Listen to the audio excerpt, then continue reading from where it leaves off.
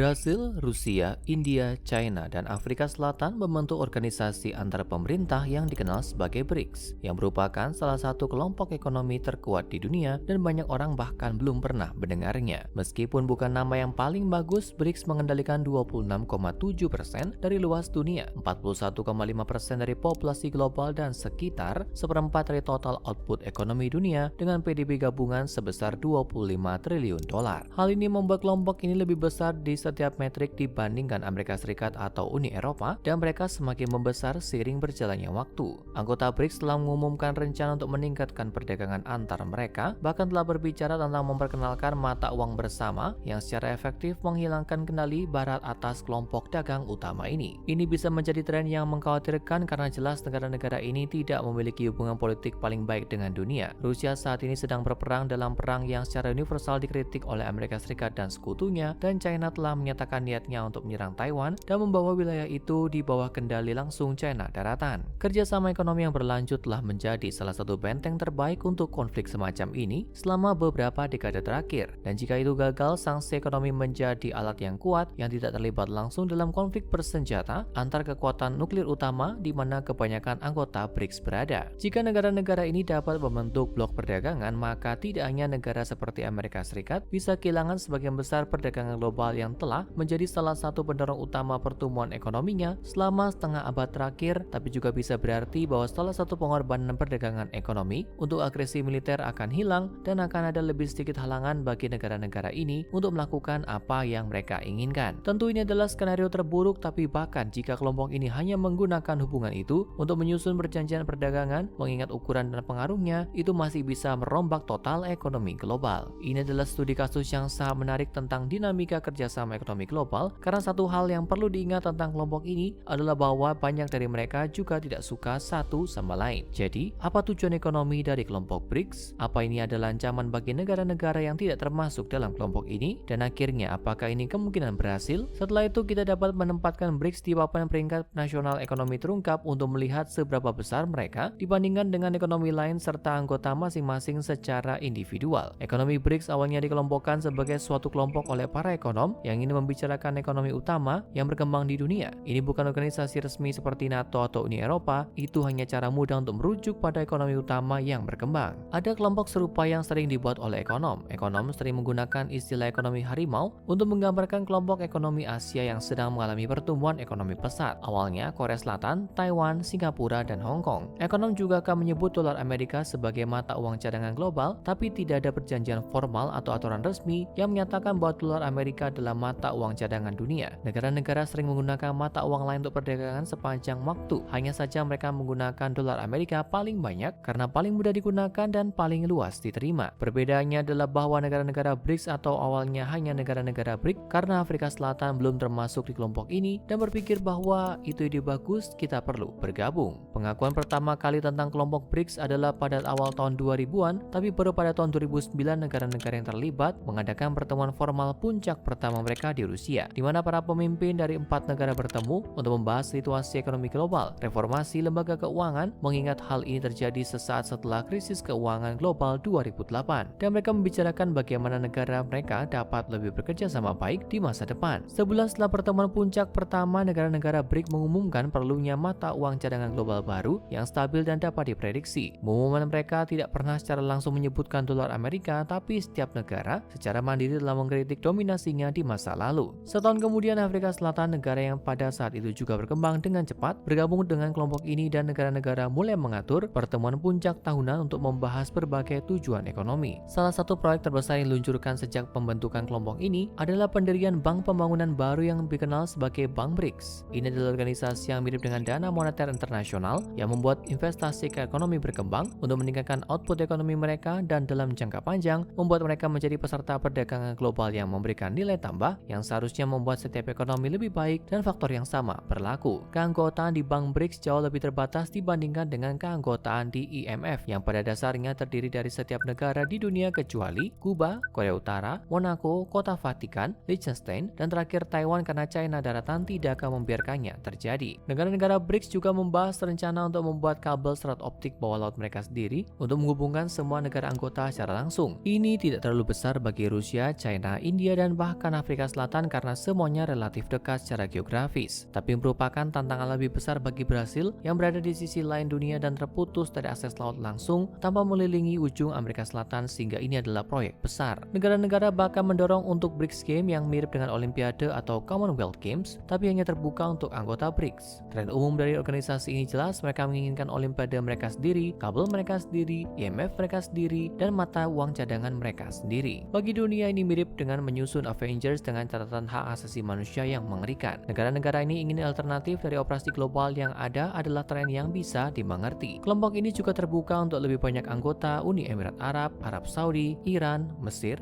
Bahrain, Argentina, dan Aljazair semuanya telah mengajukan keanggotaan secara resmi. Daftar panjang negara lain juga telah menyatakan minatnya secara tidak resmi. Iran, Aljazair, dan Argentina mengajukan permohonan secara resmi setelah invasi Rusia ke Ukraina, yang mengirimkan pesan yang sangat kuat bahwa dua tim ekonomi yang berbeda sedang terbentuk di seluruh dunia. Tapi demi analisis yang adil, penting untuk bertanya kenapa mereka ingin melakukannya. Terkadang penting untuk ada di sisi kontra dalam beberapa masalah ekonomi global ini, dan itulah yang akan kita lakukan di sini. Semua perkembangan dalam konteks yang lebih luas untuk menjauh dari ketergantungan pada dunia, dan khususnya Barat, beserta mungkin lebih khusus lagi yaitu Amerika Serikat, membuat sebuah pertanyaan jelas. Kenapa? Mengapa negara-negara ini ingin berada di luar pengaruh semua orang? Kesimpulan yang jelas yang mungkin diambil orang adalah bahwa mereka ingin kebal terhadap sanksi dan alat ekonomi lainnya yang dapat digunakan Barat terhadap mereka jika mereka melaksanakan ambisi geopolitik yang kurang populer. Jika mereka dapat melakukan perdagangan di antara mereka, maka mereka mendapatkan akses ke semua sumber daya bersama dan tenaga kerja dari kelompok ekonomi yang sangat besar. Sehingga bahkan jika mereka sepenuhnya terisolasi, itu tidak masalah karena di antara negara-negara ini mereka memiliki hampir semua faktor ekonomi yang mereka butuhkan. Tentu tidak baik untuk mengabaikan kesimpulan itu, tapi juga tidak sepenuhnya adil. Jika Amerika Serikat atau Eropa sepenuhnya bergantung pada mata uang China sebagai alat pertukaran atau aset cadangan, mereka mungkin juga ingin alternatif mereka sendiri. Demonstrasi pembatasan Rusia dari jaringan pembayaran global menunjukkan ke banyak negara bahwa cadangan mereka bisa menjadi tidak berguna jika mereka melakukan sesuatu yang tidak disukai oleh satu negara. Tentu invasi sebuah negara berdaulat bukanlah sesuatu yang akan dilakukan oleh suatu negara secara tidak sengaja. Tapi jika ini bisa terjadi pada Rusia, tidak ada jaminan bahwa itu tidak akan terjadi pada negara lain. Dan setiap pemerintah yang bertanggung jawab tentu ingin memastikan mereka memiliki keamanan cadangan atau alternatif. Seperti kabel bawah laut yang menghubungkan langsung semua negara BRICS itu sebagian besar dimotivasi oleh pengungkapan bahwa Badan Keamanan Nasional Amerika Serikat sedang mengintai data yang mengalir melalui wilayah Amerika Serikat. Sekali lagi cukup wajar bahwa negara-negara ini ingin berinvestasi pada saluran komunikasi yang bersifat pribadi. Akhirnya Bank BRICS atau Bank Pembangunan Baru adalah alternatif untuk IMF yang dikendalikan oleh negara BRICS dan Bangladesh, Mesir, Uni Emirat Arab, serta Uruguay. Orang-orang sudah tidak suka pada IMF dan ini juga dapat dimaklumi dari negara-negara anggota tersebut. Tapi Bank Pembangunan Baru bukanlah sesuatu yang unik. Ada puluhan organisasi serupa di seluruh dunia yang melakukan hal-hal serupa dengan IMF, tapi ditargetkan pada suatu wilayah atau kelompok budaya tertentu. Sebagai entitas ekonomi, negara-negara BRICS juga mungkin terlihat sangat menakutkan dan kuat, tapi sebagian besar adalah China. China menyumbang lebih banyak output daripada semua negara lain dalam kelompok ini, setara gabungan 2 kali lipat, sehingga BRICS sebagai kekuatan ekonomi yang mungkin berbahaya tidak begitu mengkhawatirkan dibandingkan hanya dengan China sendiri. Meskipun kelompok ini baru resmi ada selama 14 tahun, mereka tidak terlalu efektif dalam mencapai banyak hal. Renminbi China yang akan menjadi pilihan umum untuk mata uang cadangan di antara kelompok itu masih hanya 2,7% dari cadangan global, serupa dengan cadangan dolar Kanada dan Australia. Mata uang lain dari kelompok ini hanya digabungkan oleh IMF menjadi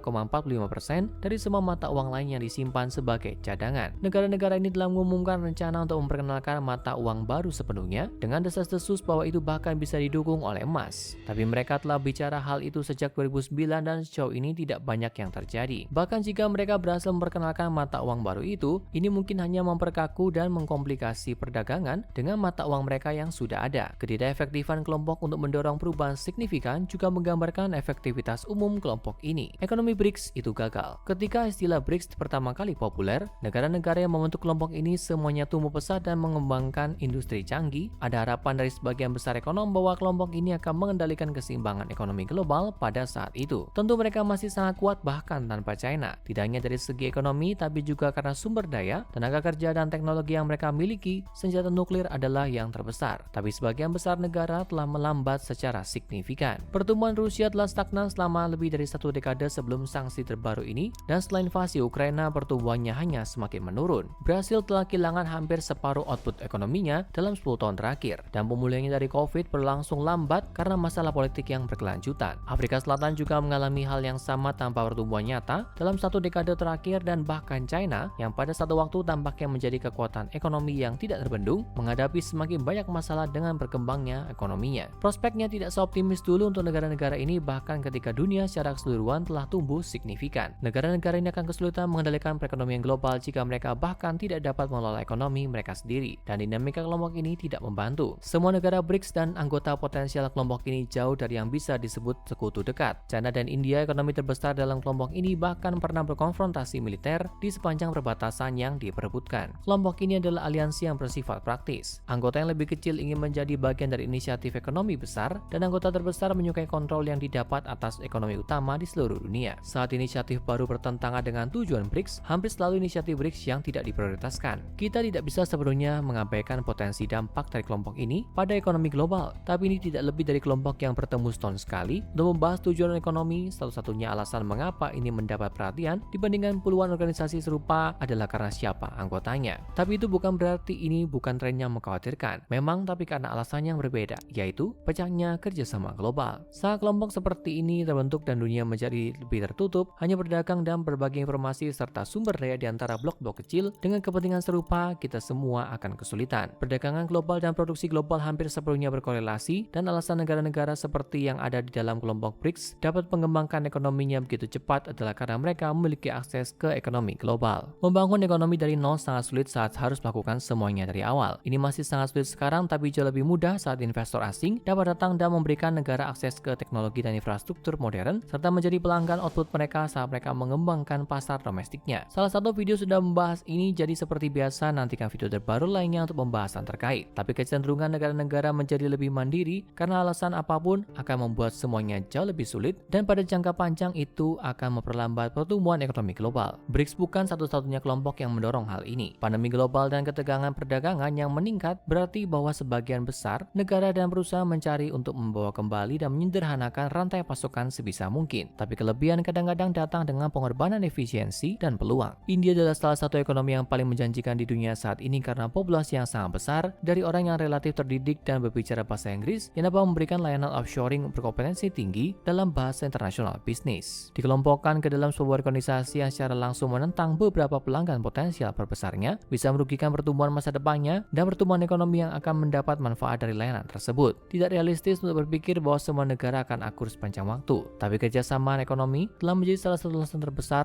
bagi perdamaian global dalam 1 abad terakhir. Segala sesuatu yang ingin mengubah tren itu seharusnya menjadi penyebab kekhawatiran, bahkan jika niat kelompok itu sendiri sepenuhnya tidak berbahaya. Peringkat. Sekarang saatnya untuk menempatkan BRICS di papan peringkat nasional ekonomi terungkap. Meskipun mereka bukan satu negara atau bahkan serikat ekonomi yang terikat erat seperti Uni Eropa, menilai mereka dengan ekonomi lain seharusnya memberi gambaran kita seberapa besar ancaman BRICS sebenarnya. Mulai dari ukuran, BRICS memiliki PDB gabungan sebesar 25 triliun dolar Amerika yang membuat mereka lebih besar dari Uni Eropa dan bahkan Amerika Serikat dengan beberapa margin. Kelompok tanpa China memiliki output sebesar 7,5 triliun dolar Amerika, tapi secara kolektif nilainya 10/10. PDB itu tersebar di hampir setengah populasi dunia, yang berarti meskipun ukuran kolektif mereka mengesankan, penduduk rata-rata negara BRICS hanya menghasilkan 7.800 dolar Amerika dalam output setiap tahun, yang jauh di bawah rata-rata global. Rata-rata ini diturunkan terutama oleh India yang merupakan negara paling padat penduduk dan paling miskin di dalam kelompok. Jadi kelompok ini secara keseluruhan nilainya hanya 4/10. Stabilitas dan kepercayaan tidak begitu baik, tidak di dalam kelompok atau di luar kelompok. Rusia telah banyak diberi sanksi, Brasil ada dalam krisis politik dan ekonomi, China terlibat dalam perang dagang, dan India berselisih dengan China. Sebagai kelompok, mereka memiliki beberapa keuntungan dengan saling bergantung satu sama lain untuk sumber daya dan perdagangan, tapi mereka tetap tidak bisa mendapat nilai lebih dari 5/10. Pertumbuhan telah sangat kuat, terutama berkat China, tapi juga dibantu oleh India yang lebih dari mencukupi untuk gejolak dalam ekonomi lainnya. Tapi karena kita melihat kelompok ini secara keseluruhan, mereka masih mendapat nilai 9/10. Industri sangat kuat bagi negara-negara ini. China adalah bengkel dunia, Rusia dan Brasil kaya akan sumber daya alam, dan India memiliki tenaga kerja terbesar di dunia. Afrika Selatan pun begitu. Kelompok ini mendapat nilai 10/10. Secara keseluruhan, itu memberi BRICS skor rata-rata 7,6/10 yang menunjukkan bahwa secara rata-rata mereka lebih baik bersama berdasarkan pengukuran margin ini. Terima kasih sudah menonton sobat, jangan lupa like, comment, subscribe, dan share video ini ke orang terdekatmu. Nantikan video-video terbaru lainnya hanya di di Ekonomi Terungkap. Sampai ketemu di video selanjutnya.